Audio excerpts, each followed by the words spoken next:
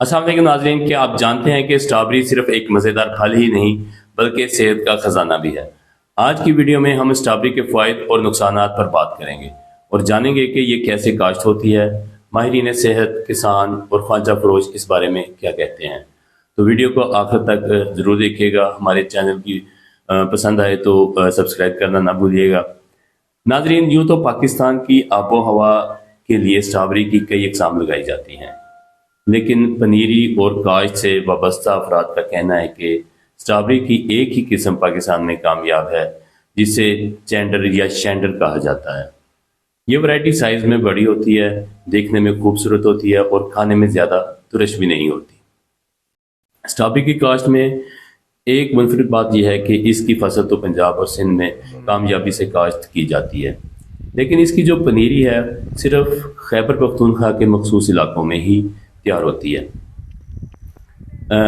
खैबर पख्तूनख्वा के जिन इलाकों में स्ट्रॉबेरी की पनीरी तैयार होती है, इनमें स्वात, दीर, गिलगित और दीगर जो इलाके हैं वो शामिल हैं। खैबर पख्तूनख्वा में पनीरी काश्त करने वाले किसान एक एकड़ में 40,000, जबकि पंजाब के काश्तकार मौसम के दर्जा हरारत की वजह से 55,000 पौधे लगाते हैं। आमतौर पर स्ट्रॉबेरी का एक पौधा पंजाब में आधा किलो पैदावार देता है। इस हिसाब से फी एकड़ औसत की पैदावार जो है वो 700 से 800 मन फी एकड़ बनती है। वैसे तो स्ट्रॉबेरी की मार्केट में कीमत ऊपर नीचे होती रहती है। औसत कीमत अगर हम 60 रुपये भी लगाएं तो इसके हिसाब से फिर भी 750 मन स्ट्रॉबेरी से 18 लाख रुपए फी एकड़ तक जो आमदन हो सकती है और काश्त का खर्चा 3 से 3.5 लाख रुपए आ सकता है। नाज़रीन, ये तो थी काश्त के तरीक़ाकार, औसत पैदावार और मुनाफे के मुतालिक मालूमात। अब बात करते हैं कि इंसानी ज़िंदगी के लिए अफादियत और इसके नुकसानात क्या हैं। हमारे साथ मौजूद है माहिर सेहत डॉक्टर सईद अहमद टीपू। इनसे पूछते हैं कि स्ट्रॉबेरी में कौन से अज्जा होते हैं और जो इंसानी सेहत को फ़ायदा पहुंचाते हैं, और ये कब और किस तरह नुकसान पहुंचा सकती है इंसानी सेहत को। जी डॉक्टर साहब, हमारे नाज़रीन को आगाह कीजिएगा प्लीज़। शेख साहब, आप पूछ रहे थे स्ट्रॉबेरी के पॉइंट ऑफ व्यू से ना। स्ट्रॉबेरी एक बड़ा अच्छा फ्रूट है, मोस्टली तो हमारे गर्मियों का फ्रूट है अपने जनूबी पंजाब का।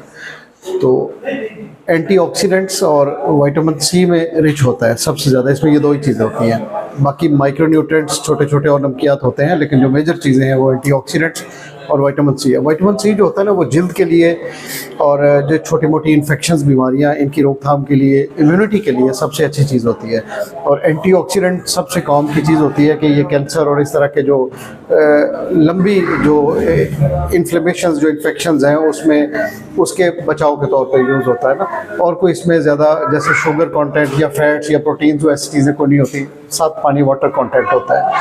डॉक्टर साहब, ये बताएं कि इसके बारे में कुछ मिथ्स पाई जाती हैं कि ये दोज़ख का फल है या इसका इस्तेमाल इंसानी सेहत के लिए नुकसानदेह है। इसके बारे में आप क्या कहेंगे?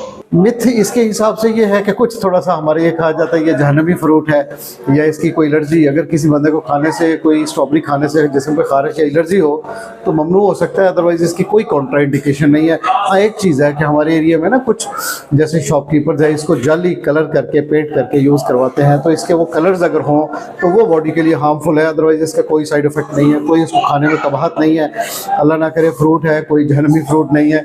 प्लस जो इसमें कोई ऐसी किसी बंदे को इससे कोई पर्सनल एलर्जी है, खाने से खराश है, जैसे कुछ लोगों को साग और चावल से होती है, अदरवाइज इसकी कोई कॉन्ट्राइंडिकेशन नहीं। एक बड़ा लेवल फ्रूट है, कॉस्ट के हिसाब से शुरू में थोड़ा महंगा होता है लेकिन बाद में सस्ता हो जाता है। तो मेरे ख्याल में तो it is a level fruit जिसकी कोई ऐसी कोई कॉन्ट्राइंडिकेशन या इसके खाने में कोई कबाहत नहीं है। डॉक्टर साहब, कुछ माहिरीन का ख्याल है कि इसकी साख्त ऐसी है कि ये मिट्टी और जरासीम को आसानी से ऑब्जॉर्व कर लेती है। इसके बारे में क्या कहेंगे? एग्जैक्टली शेख साहब, बिल्कुल इंपॉर्टेंट बात है। धोना इसलिए ज़रूरी है कि डेफिनेटली आउटडोर फ्रूट है, पड़ा होता है रेडियो वगैरह पे, फसलों में बाहर उगा हुआ होता है।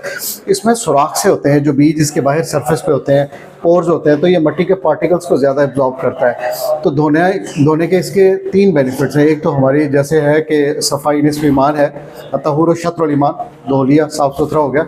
और दूसरा इसके धोने से बेनिफिट यह है कि अगर कोई इसमें डस्ट या कोई जरासीम है तो वो उतर जाएंगे। और तीसरा जो मैं पहले बता चुका हूँ कि अगर कोई किसी ने आर्टिफिशियल कलर ऐड किया हुआ है इसके ऊपर तो वो धोने से उतर जाएगा, ये नीट क्लीन हो जाएगा। बहुत शुक्रिया डॉक्टर साहब, आपके कीमती वक्त का आपने बहुत अच्छे तरीके से हमारे नाजरीन की रहनुमाई फरमाई।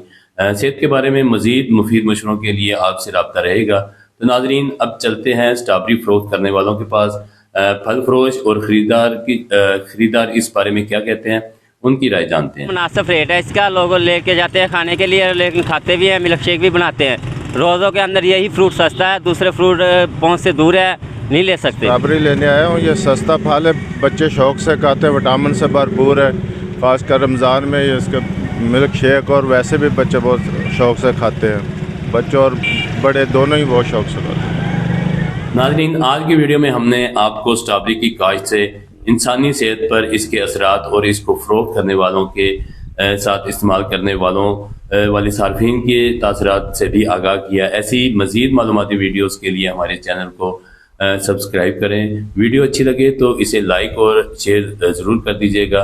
अब तक के लिए इतना ही, मिलते हैं अगली वीडियो में। तब तक के लिए मुझे दें इजाज़त। अल्लाह हाफिज़।